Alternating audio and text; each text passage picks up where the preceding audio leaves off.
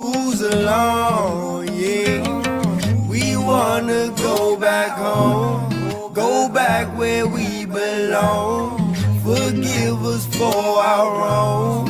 I pray this reach the throne. I put my name on Jerusalem. I put my name on Jerusalem. I put my name on Jerusalem. I put my name on Jerusalem. I gave my law to Jerusalem. I gave my law to Jerusalem. I gave my law to Jerusalem. I gave my law to Jerusalem. I won't forsake you, Jerusalem. I won't forsake you, Jerusalem. I won't forsake you, Jerusalem. I won't forsake you, no. Jerusalem, Jerusalem, yeah. Jerusalem, Jerusalem, yeah. We wanna go back home, go back where we belong. Forgive us for our wrong. I pray this reach the throne. Jerusalem, Jerusalem, yeah. Jerusalem, Jerusalem, yeah. We wanna go back home, go back where we belong. Forgive us for our wrong. I pray this reach the throne. Jerusalem, Jerusalem, yeah. Jerusalem,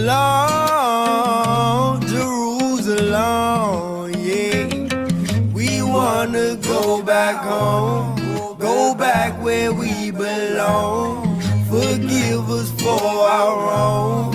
I pray this reach the throne. Jerusalem.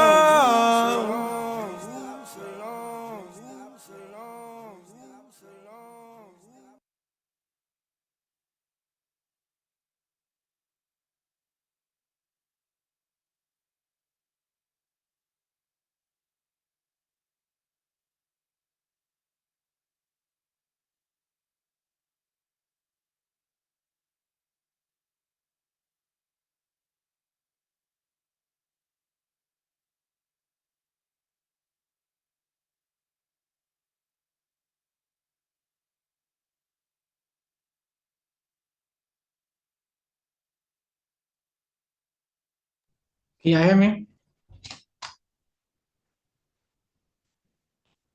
Yeah. Can y'all hear me? Shalom. Yeah, we can hear you. Can you hear us? Oh, I can't. Hold on. I can't hear y'all. Let me make sure I can. If y'all can hear me, say you can hear me. Yo, we can hear you. All right, there we go. All right, I can hear you. All right, cool, cool. All right.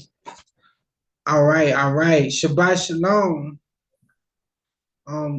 Going into some information. I was trying to just send these last links out and everything. But I hope everybody is having a blessed Sabbath so far. About to go into some interesting information. Most High willing, it's edifying, and we can grow and learn within the truth about the early church. So now, Shabbat Shalom, Brother Palau. This is Jerusalem Ministry, bringing forth a lesson about the teacher of righteousness. All right, the teacher of righteousness. So this is going to be a 4-part series of the teacher of righteousness. So I'm going to do this for 4 Sabbaths, and it's going to be bringing out the information about the teacher of righteousness. So one of the first things that we're going to talk about going into talking about the teacher of righteousness, we're going to be talking about the prophet like Moses, how the teacher of righteousness is the prophet like Moses that was to come, and how that is, and how we know, according to the information that we do know, that Jesus or Yeshua is actually supposed to be the prophet like Moses. So I'm going to be showing the comparison and showing how this prophet like Moses is the teacher in the Dead Sea Scrolls and it's Jesus, to let you know that they are the same person. It's the same person. All right. So this is what this teacher of righteousness, 4-part series is going to be about. It's going to be about explaining how the teacher of righteousness is Jesus of Nazareth. All right. So today, just going to be going into the information about the prophet like Moses, the prophet like Moses. All right. So I'm going to start first. I'm going to start off with reading what Moses said. I'm going to probably read this a couple of times in today's lesson. Probably read it a couple of times, letting people know about this information, about what Moses prophesied about. All right. So I'm going to go to Deuteronomy 18. 1 second. All right, so I'm in Deuteronomy chapter 18. Let me take this concordance off. All right, so I'm in Deuteronomy chapter 18, and I'm gonna start at verse 15. And it reads, 1 second. And it reads, the Lord thy God will raise up unto thee a prophet from the midst of thee, of thy brethren like unto thee. Unto him ye shall hearken, according to all that thou desires of the Lord thy God in her Horeb in the day of the assembly, saying, let me not hear again the voice of the Lord my God, neither let me see this great fire anymore, that I die not. And the Lord said unto me that I have well spoken that which they have spoken. I will raise them up a prophet from among their brethren, like unto thee, and I will put my words in his mouth, and he shall speak unto them all that I shall command him. All right. So now this prophet like Moses is being explained right here through Moses. Moses is actually explaining like, yo, the Most High showed me that he's going to raise up a prophet from among the brethren, just like me. And this prophet y'all going to listen to him. Verse 19, and it shall come to pass that whosoever will not hearken unto my words, when he shall speak in my name, I will require it of him. So this prophet, is important. This prophet like Moses.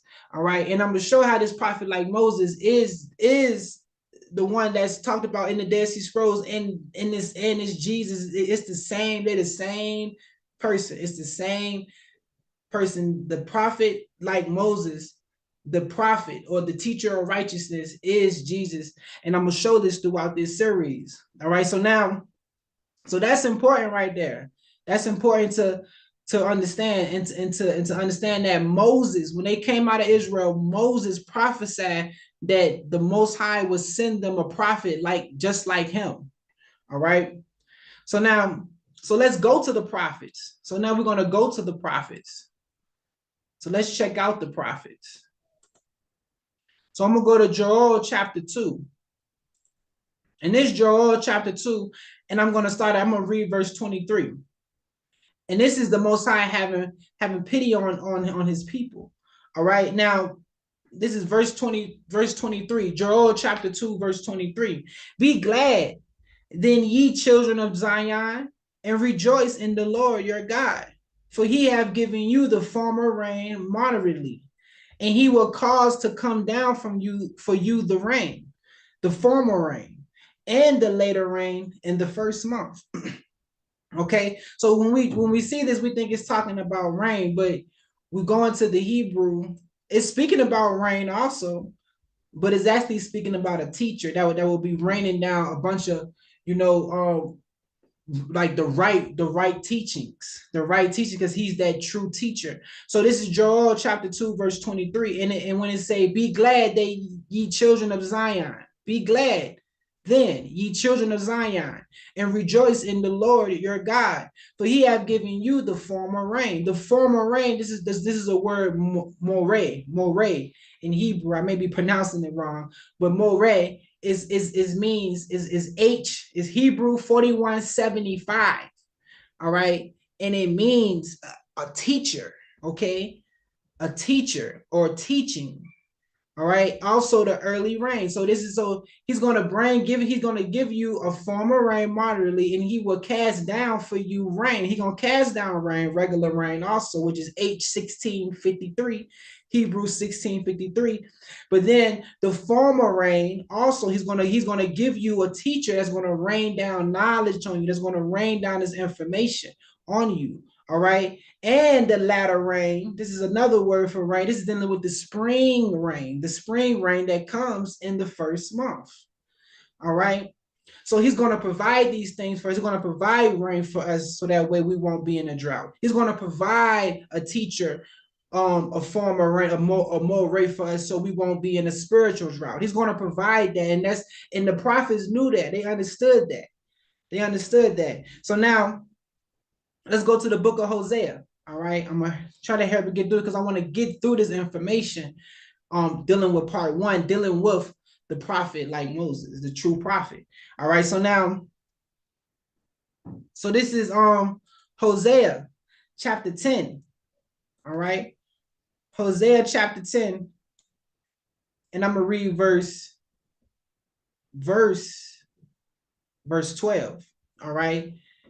And it says this, I'm gonna keep the concordance on there. And it says, sow to yourselves in righteousness. All right. Reap in mercy. Break up your fellow ground.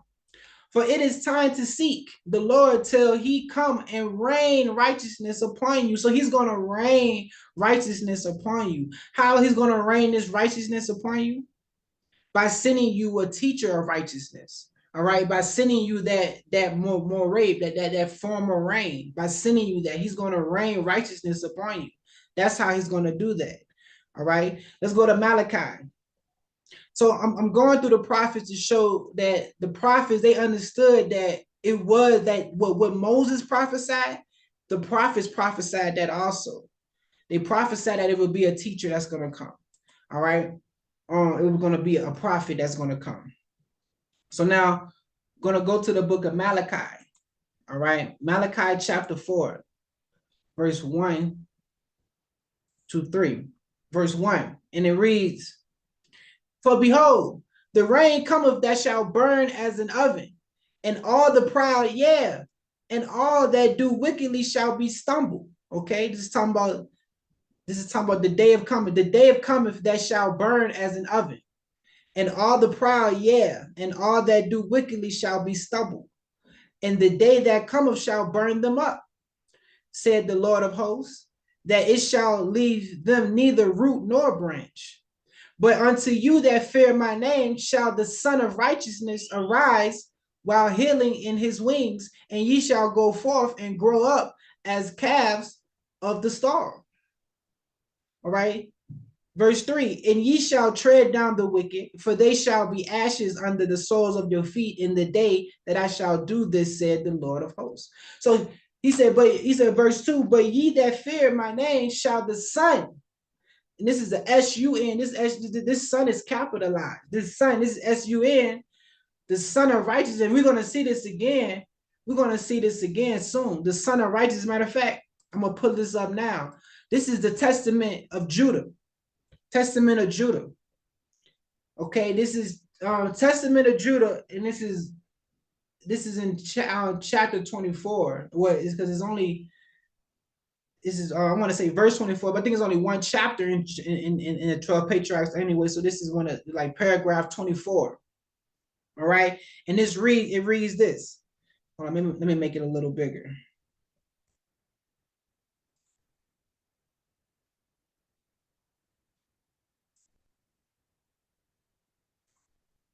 All right, so this is the Testament of Judah, and it reads this. This is what it reads. And this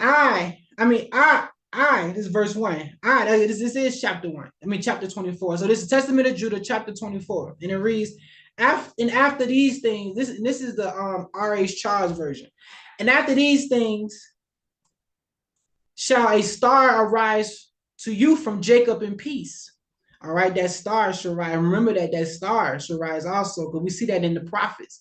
And a man shall arise from my seed, like the Son of Righteousness, walking with the sons of men in meekness and righteousness, and no sin shall be found in him. And the heavens shall be open unto him to pour out the Spirit, even the blessings of the Holy Father. And he shall pour out the Spirit of grace upon you, and ye shall be unto him sons in truth, and ye shall walk in his commandments first and last.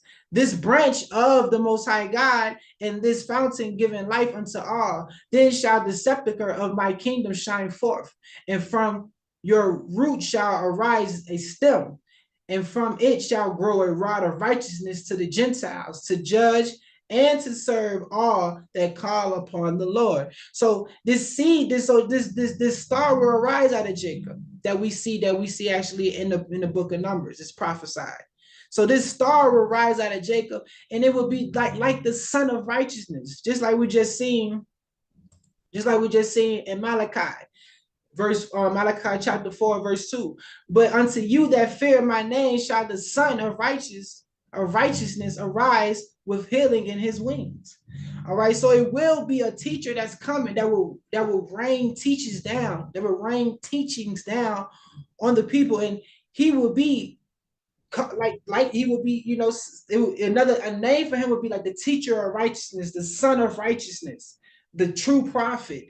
All right, these are the names of the Messiah. All right, so now let's keep going. So went to Malachi, went to Testament of Judah. Now I'm gonna go to let's go to Hosea real quick. I'm gonna go to Hosea.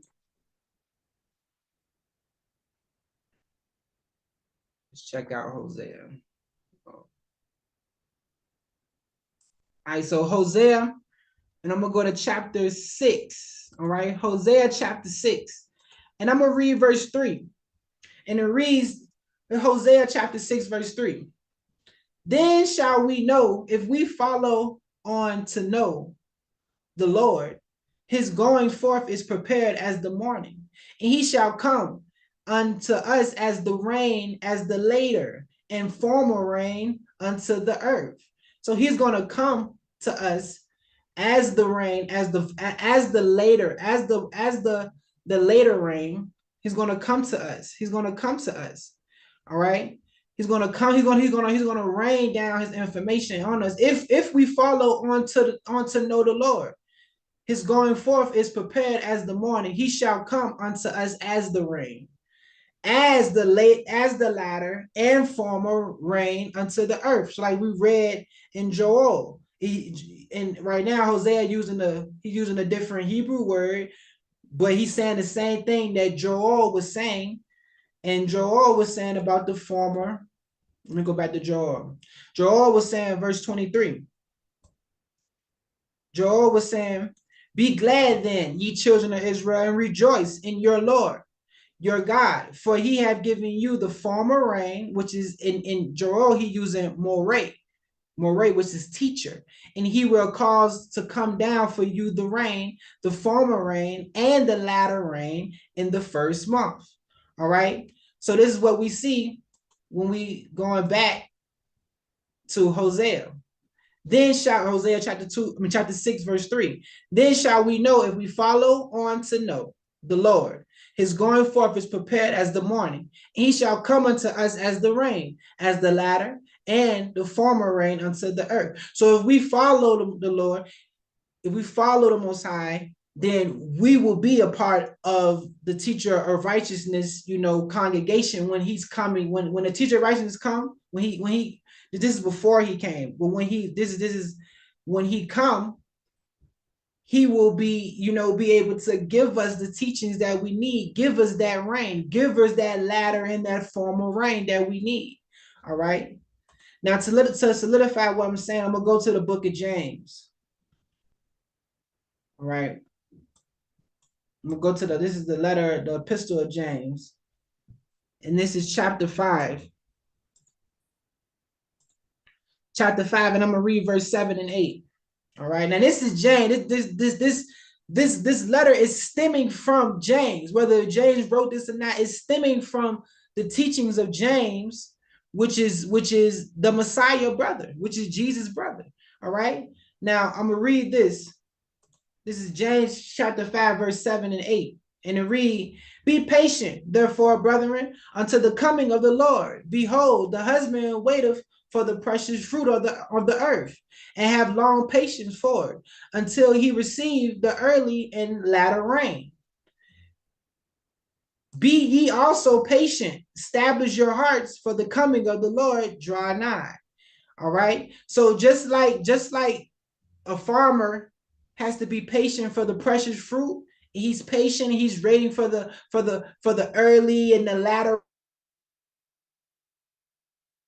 rain, just like we see the prophets talking about. James is telling us be patient because the Lord is his return is coming, is draw near, is draw nigh. All right, the coming of the Lord draw nigh. Okay. All right. So showing you that James associated his brother, the Messiah, Jesus, he associated Jesus with that former rain, with that moray that's talked about in the prophet Joel. All right. So now, let's just we keep going. We're gonna keep digging into some more information. So understanding that prophet was prophesied by Moses, and all the other prophets prophesied about, this teacher coming. They prophesied about this righteous teacher coming, this son of righteousness coming. All right. This teacher, this moray coming to give us teachings. All right. The correct teachings. Because he's like the teacher. He's the man. He's the teacher. Like he's the true teacher, the true prophet. So now let's keep going. So now we're gonna go to the scrolls. 1 second.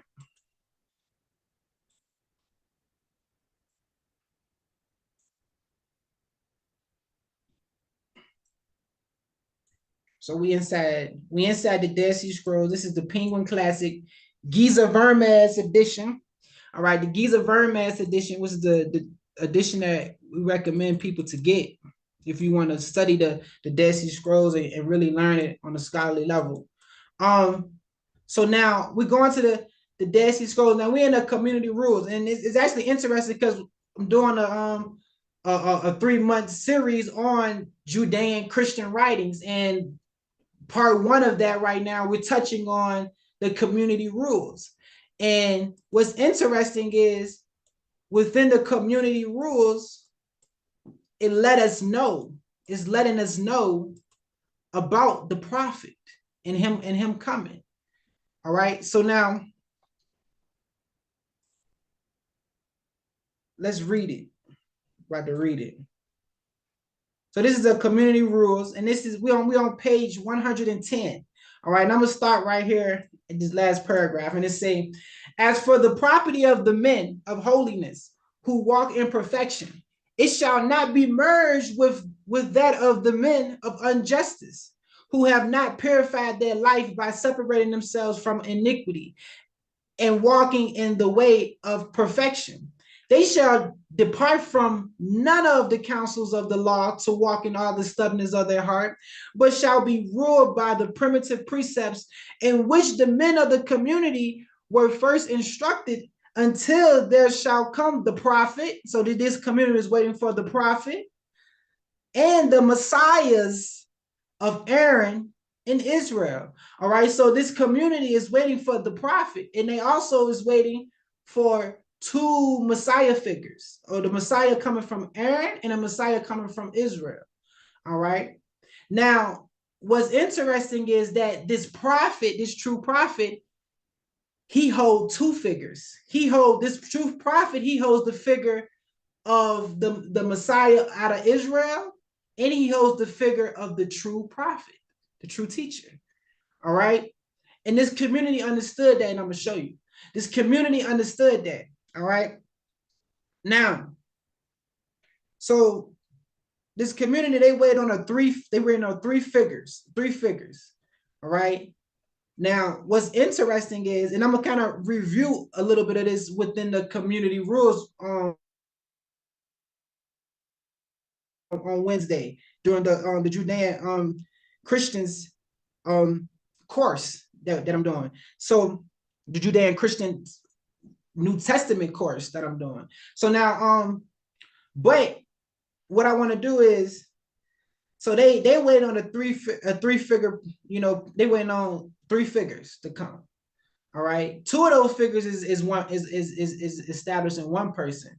All right, the other figure is actually a Levitical Messiah.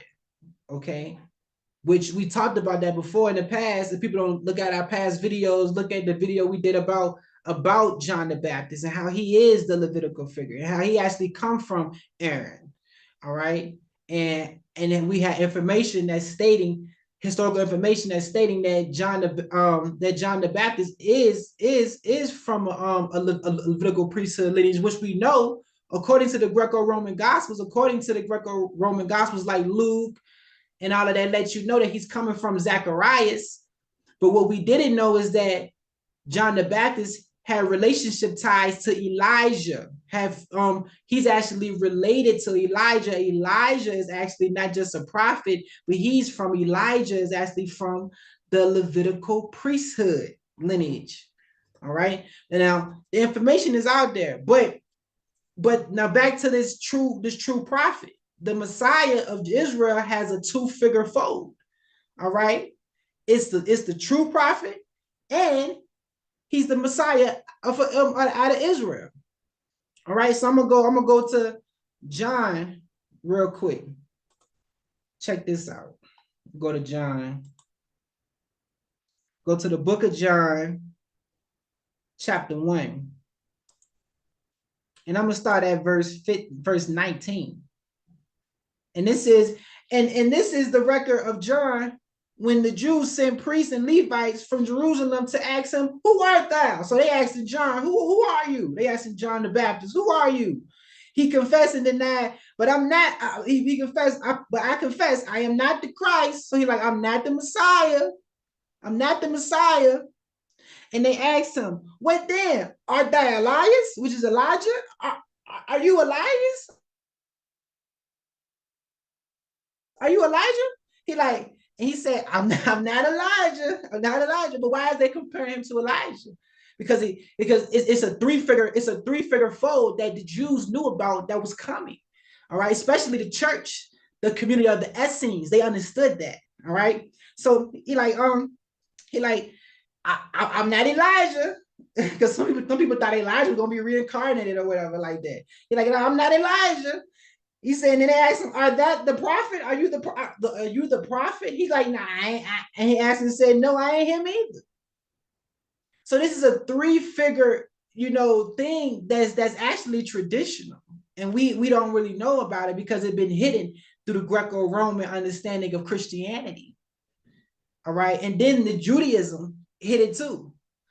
All right, but so letting you know that it's a 3-figure people, a 3-figure,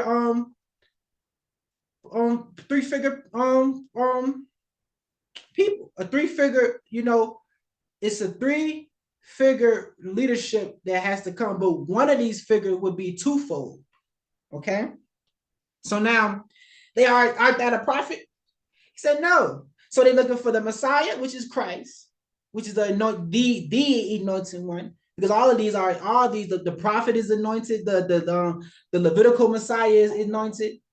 So they are anointed, but the anointed one, the Christ, the anointed, because Christ is me, anointed. So I'm not the anointed one, and I'm not Elijah, and I'm not the prophet. All right, showing you this 3-figure situation. Now, I'm gonna keep going. Let's see. Because he says some more. And it says, all right, I'm gonna start at verse 23. And he said, "I am the voice of the one crying in the wilderness." And like I mentioned, that's connected with the community rules. "I'm the voice crying in the wilderness. Make straight the way of the Lord, as said the prophet Isaiah. And they which were sent were of the Pharisees. And they asked him and said unto him, Why baptize thou if thou be not the Christ, nor Elijah, nor the prophet?" So these 3 would be the ones that would be, baptizing. All right. These three would be the ones that will be baptized. And John the Baptist came on the scene back at that because he is the Levitical Messiah. He is the one that's why they keep on comparing him to Elijah. All right, because it is a connection there. But he's not Elijah. He's his own person. All right. It was a tradition and a prophecy that goes back and from the book of Deuteronomy and the book of Numbers of a prophecy of that the Most High will keep the lineage of Aaron. He would keep it as a basic, like as a righteous, figure, forever, and it would be lineages of that, and John the Baptist come from that lineage, and Elijah do. All right, so now, wait. So this is a three-figure situation. But going back to the prophet, all right, the prophet. So the prophet is important because this prophet would be the one who will solidify these things. This prophet would be the one that's coming with things that we would have to follow. Moses said, if you don't follow his word, you're gonna have a problem with the Most High. So this prophet is important. All right, it's very, very important. So now let's go ahead and go. I'm gonna go stick with the scrolls real quick, but I gotta slide down to the 500s. So I gotta let it catch up. But so this prophet is the prophet that's spoken of in the Dead Sea Scrolls is Jesus Christ, what the world knows as Jesus Christ. It's not the Greco-Roman Jesus Christ that we know, that we grew up understanding. It's not that Christ. It's the real one. All right. It's the real one. All right. And we have records of it. And we have, it's even records of the Messiah, of the teacher of righteousness in the Dead Sea Scrolls, him himself. All right. So, trying to wait till it catch up. You gotta.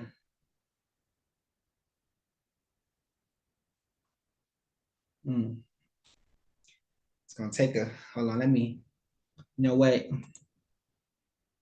I'm gonna get back to that. So I'm gonna go to the homilies. This is the homilies, and the people who don't know what the homilies of Clement is actually Jewish Christian records. All right, is actually the Ebionites records. All right, and going into the class of the Judean Christian writings, I'm gonna talk about the homilies and the recognitions and go into detail about what it is and go into historical information about what it is and how historical it is and actually it being Judean Christian records. Yeah, some things may be through scribal redaction. Some things may be a little translated wrong to try to throw in that Catholicism in there a little bit, but for the most part, it's Judean Christian. All right, it's Judean Christian. All right, now the homilies. Now I'm gonna go ahead. This is book 3, and this is chapter 53. Chapter 53. And I'm gonna read this. And the chapter say other sayings of the Messiah. So, but also a witnessing voice was heard from heaven, saying, "This is my beloved Son, in whom I am well pleased. Hear him." And in addition to this, willing to convict more fully of error the prophets from whom they asserted that they had learned. He proclaimed that they died desiring the truth, but not having learned it, saying, "Many prophets and kings desire to see what you see." So this is a fuller understanding of what we get in the Greco-Roman Gospels, and to hear what you hear. So according to this record, the Messiah is saying, yeah, the prophets, they had some error in them because they wanted to still learn just like you. They was waiting for me to come. They was waiting for me to come. They was desiring for this truth. The day, people would die to desire this day. So many prophets and kings desire to see what you see. and to hear what you hear. And verily I say to you, they neither saw nor heard. Still further, he said, I am concerning whom Moses prophesied, saying, a prophet shall the Lord our God raise up unto you of your brethren like unto me. Hear him in all things, and whatsoever will not hear the prophet shall die. All right, so now, and I'm going to show some things within the recognitions of Clement and the homilies of Clement, and how they refer to the Messiah as the true prophet. Okay, just like the scrolls refer to the teacher of righteousness as the true prophet, as the prophet. All right, so this is recognitions of Clement. This is book 8, chapter 60, and it reads, therefore, if anyone wishes to learn all things, he cannot do it by discussing them one by one. For being mortal, he should not be able to trace the counsels of God and to scan imacy itself. But if we have said he desired to learn all things, let him seek after the true prophet. For when he was found, let him not treat with him by question and let him not treat with him by questions and disputations and arguments. But if he has given any response or pronounced any judgment, it cannot be doubted that this is certain. And therefore, before all things, let the truth prophet be sought, and his words be laid hold of. In respect to this only should be discussed by everyone, that he may satisfy himself if they are truly his prophetic words. That is, if they could undoubted faith of things to come, if they mark out definite times, if they preserve the order of things, if they do not relate as last those things which are first, nor as first those things which were done last, if they contain nothing subtle, nothing composed by magic art to deceive. So if these things don't have to do with nothing to deceive, or if they have not transferred themselves to things which were revealed to others, and have mixed them with falsehoods. And when all these things have been discussed by right judgment, it is established that they are prophetic words. So we should be seeking the true prophet, because his words are prophetic. So they are to be at once believed concerning all the things which they have spoken and answered.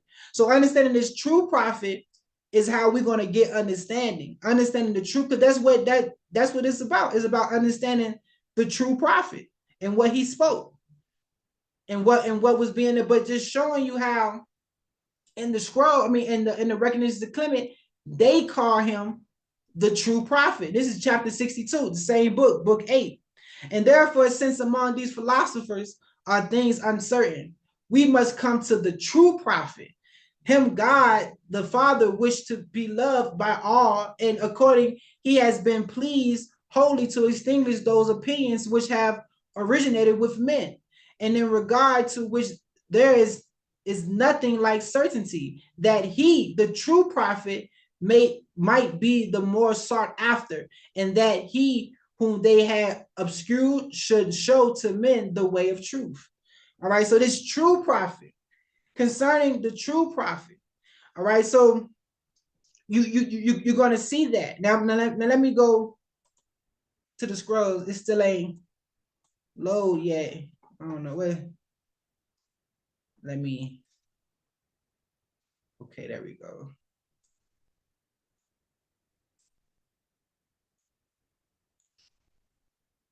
Hold on 1 second. So while I'm still trying to wait for that to load, let me go to so I'm gonna go because I want to get this out of the scrolls real quick. But let me restart this.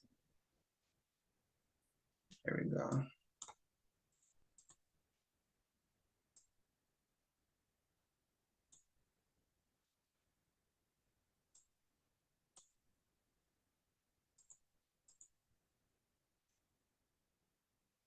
All right, so let me just get this right here out of the recognitions of Clement. So going back to the recognitions of Clement. Now, I was in the Latin version. Now I'm about to read the Syriac version. All right, now in this Syriac version, it speaks about this true prophet. Speaks about this true prophet. Once again, let's see.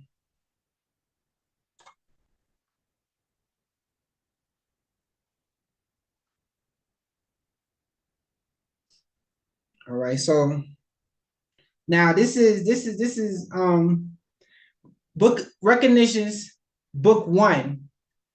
All right, book 1, and this is chapter 48. And Peter began angry and as I suppose, and said, "What are you thinking, O Clement, that everyone can know everything before time?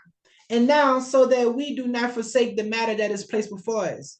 At another time, when your experience has increased, I will clearly expound upon it. However, expound upon it for you. However, this compounded oil, the chief priest was anointed and entrusted with prophecy, kindled the burnt offering, and lifted up the exhibiting into the whole world. Therefore, Aaron, who was among the priests, there among one brought forth from the waters. I do not speak concerning Moses, but concerning him who by baptism was the son of the Messiah, who was called Jesus. And he quenched the altar that was there unflamed on the account of sins. For after he was revealed, the anointing of the chief priesthood, prophecy, and of kingdom has ended.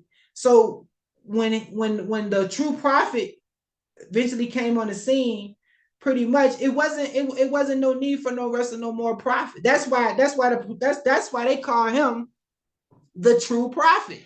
And that's why the Muslims, they get that thing, oh, Islam, the true prophet. They say Muhammad, the true prophet. You know, all this right here is stemming from what the original church was saying about the Messiah. They was calling him the true prophet. They was calling him, you know, that the true teacher. Those things. I'm gonna keep going. And his reveal coming to, therefore, Moses the prophet, who recorded the law for humans, formerly made known. But even until before him, at a time I told you, as formerly made, that he comes in his lowly first coming, but in the second he shall have thus brought praise. For he completed the first when he came and taught the judgment, and was judged and killed. And then in his second coming, he comes to judge and condemn the wicked and make the righteous rejoice. But his coming is trusted on the account of the first. For the prophets who spoke of him regarding the first mentioned the second, and these prophets are Jacob and Moses. Therefore, the greatness of this prophecy is that there was not as if it was opportune and consequent for those who were yet to exist to love him, least anyone should think it to be likelihood rather than prophecy. So it's showing you that, because if we really go into this whole information, but I'm just bringing out the information about, you know, even in these records, they call him the true prophet. But it's showing you that this true prophet, you know, it's an anointing system that goes down from all the way from Adam, all the way to Abraham, Isaac, Jacob, all the way to Moses, and all the way down to the prophets, and all the way down to the true prophet. You know, it's a type of anointing from the Holy Spirit that comes down, you know, like that. All right. And it's showing you that these people are the prophets, are true prophets based off that. So now, so let me see if this thing, all right, there we go. So now let me try to get this stuff out of the scrolls real quick. All right, there we go. So now we're gonna go to page 527. And this is out of this is like commentary. This is commentary from them. All right, this is commentary from the church at the Qumran caves. This is their commentary. Now I'm gonna read. This is on page 527.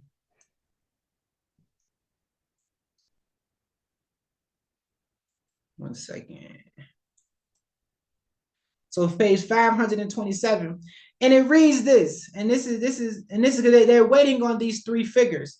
So the Lord spoke of Moses, saying, you have heard the words which have spoken to you.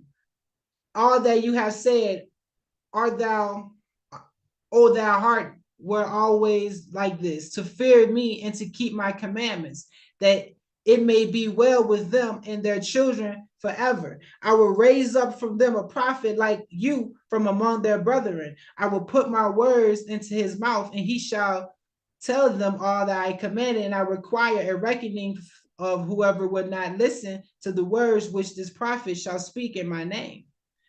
All right, so now they about to give a breakdown of what this means.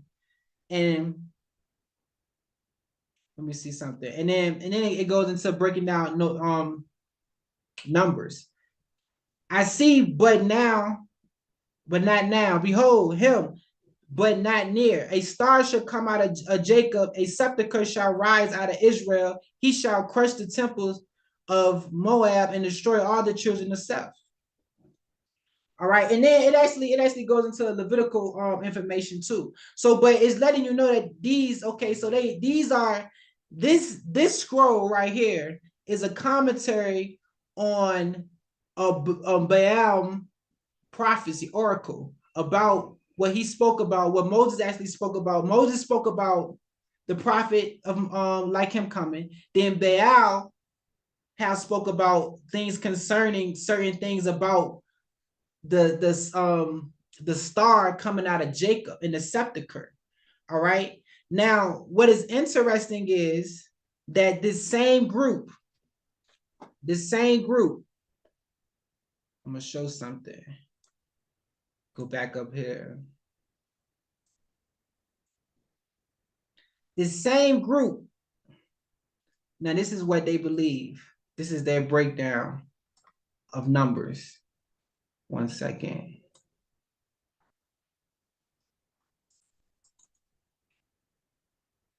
Let that catch up.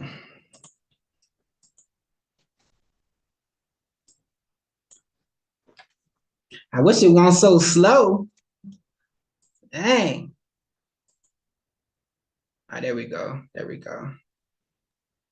Hey, Palau, I got a quick question if you don't mind. Yeah.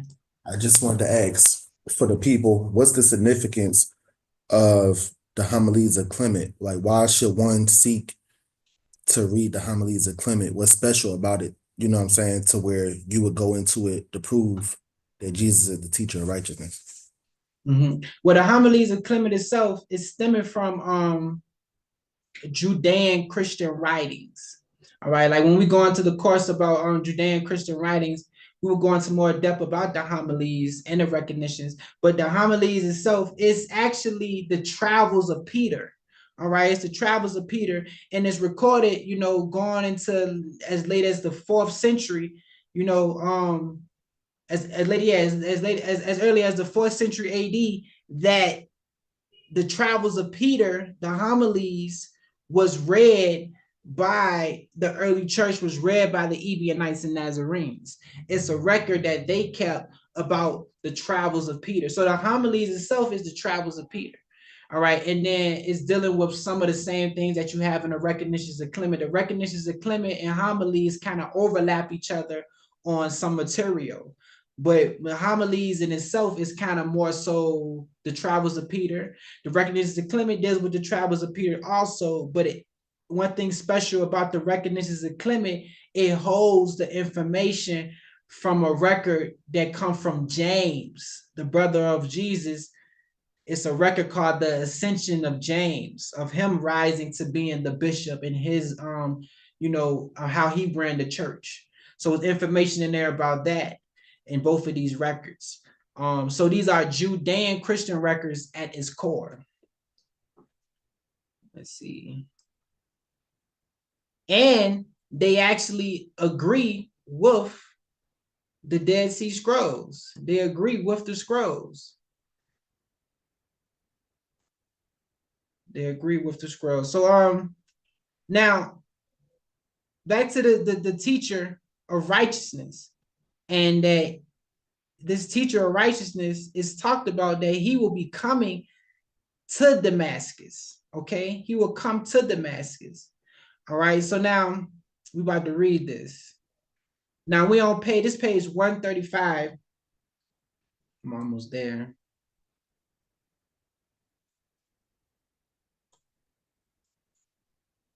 Whoa, that ain't just skipped like a mug. Hold on. That ain't did something crazy.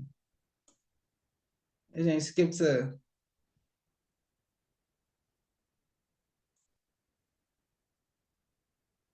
It jumped from like 130 to 116.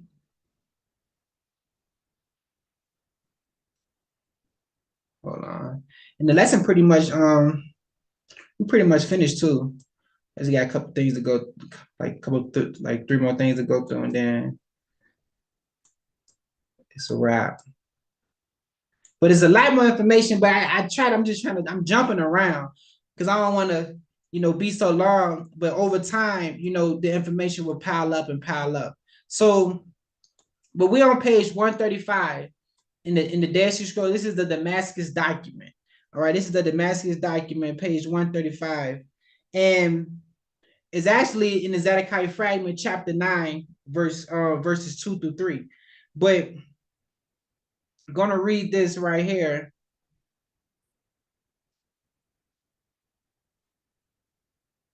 One second. All right, so now I'm gonna start right here, and it say, he will bring this is the prophet of Isaiah. He will bring upon you and your people and upon your father's house days as have not come since the day that Ephraim departed from Judah.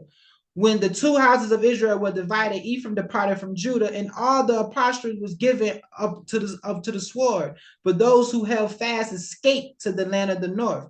And as God said, I will exile the tabernacle of your king and the bases of your statues from my tent to Damascus. So this group believed that they was being they had to exile themselves to Damascus. All right, which was not Damascus over there in Syria, but Damascus, what they call Damascus. This is what this document is called, the Damascus document. The word Damascus itself just means new covenant to them. All right. And actually it does in the Hebrew. So I'm gonna keep reading, but check this out. The book of the law of the tabernacles are the king.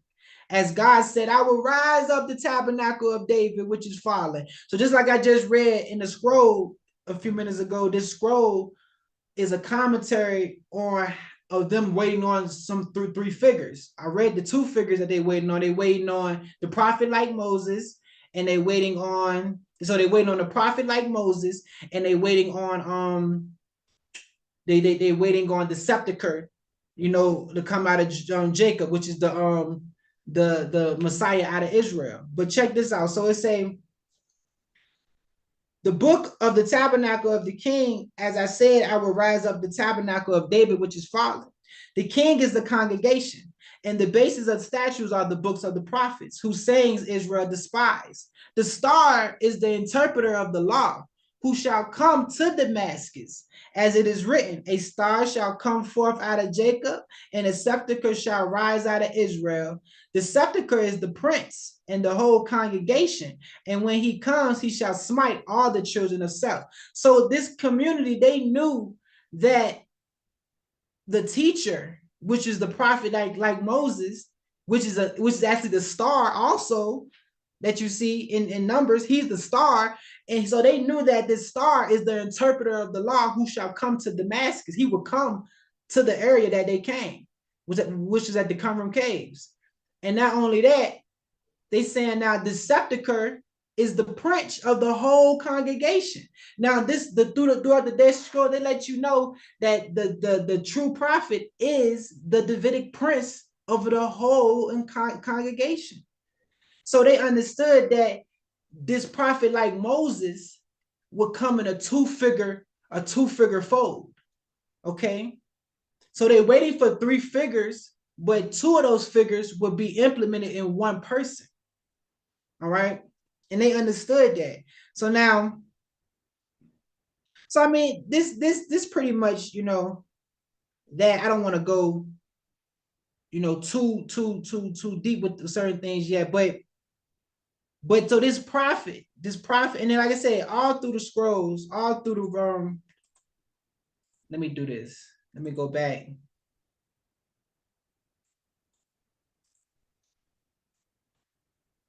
to the recognitions of Clement. So we in book 1. This book 1. And I'm gonna read chapter 16.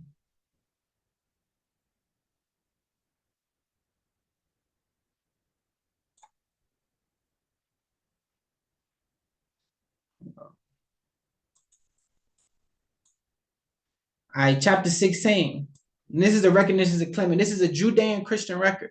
Now, the advantage is one whom I mentioned, I call the prophet, who alone is able to enlighten the souls of human beings, so that with their eyes they can see the way of salvation and eternal life. But otherwise, it is impossible, as even you know, since a little while ago you profess that all arguments with objections are dissolved, and according to the strength of the one who advocates them, are thought to be true or false, so that thenceforth the premise shall not appear as they are, but rather receive is the opinion for those who advocate them, whether they are real or unreal, either true or false. Because of this, the true prophet is necessary for every matter of the fear of God, for he would tell us all these things as they are, how correctly to believe concerning everything. Therefore, it is appropriate first to seek and ascertain the true prophet through a complete inquiry of prophecy. And when he is found to be true, we should thenceforth believe him concerning all things. All right. So like I said, even in the recognitions of Clement, they're calling him the true prophet. They're calling him this true prophet. So this is very, very, very important to understand that prophet that's spoken about in the Dead Sea Scrolls is the same prophet that's spoken about in the recognitions of Clement and homilies of Clement. Is the prophet that's coming with the true law, that's coming with the true interpretation of the law, that's coming with the true understanding of prophecy, that's coming that way. Is him. And in the scrolls it tell you, we're gonna get to it. It's gonna tell you, dealing like when we go into the life, because it's actually a historical life on the teacher of righteousness that we're gonna read about, accounts of his life and what he was going through his ministry, and we're gonna read about those things within the scrolls. And one of those things, and then one of those commentaries about the teacher of righteousness is mentioned that the Most High revealed all the things to him, all the secrets to him. That's the true prophet. All right. So but we're gonna go into all of that. So this is, like I said, part 1 of a four-part series, real quick. Just 4 episodes, and I'm gonna get it done. And after these episodes, it should be, more questions and more inquiring about the Dead Sea Scrolls and about wanting to understand about the true prophet, which is what we call, what we know as Jesus. That is Yeshaya. Yeshaya is the true prophet that's in the Dead Sea Scrolls. All right. So I'm gonna go ahead and end it right quick. Go ahead and end this. 1 second. Yeah, I'm gonna end it. And I'm gonna open it up for questions. Let's see. But hold on, let me take it off.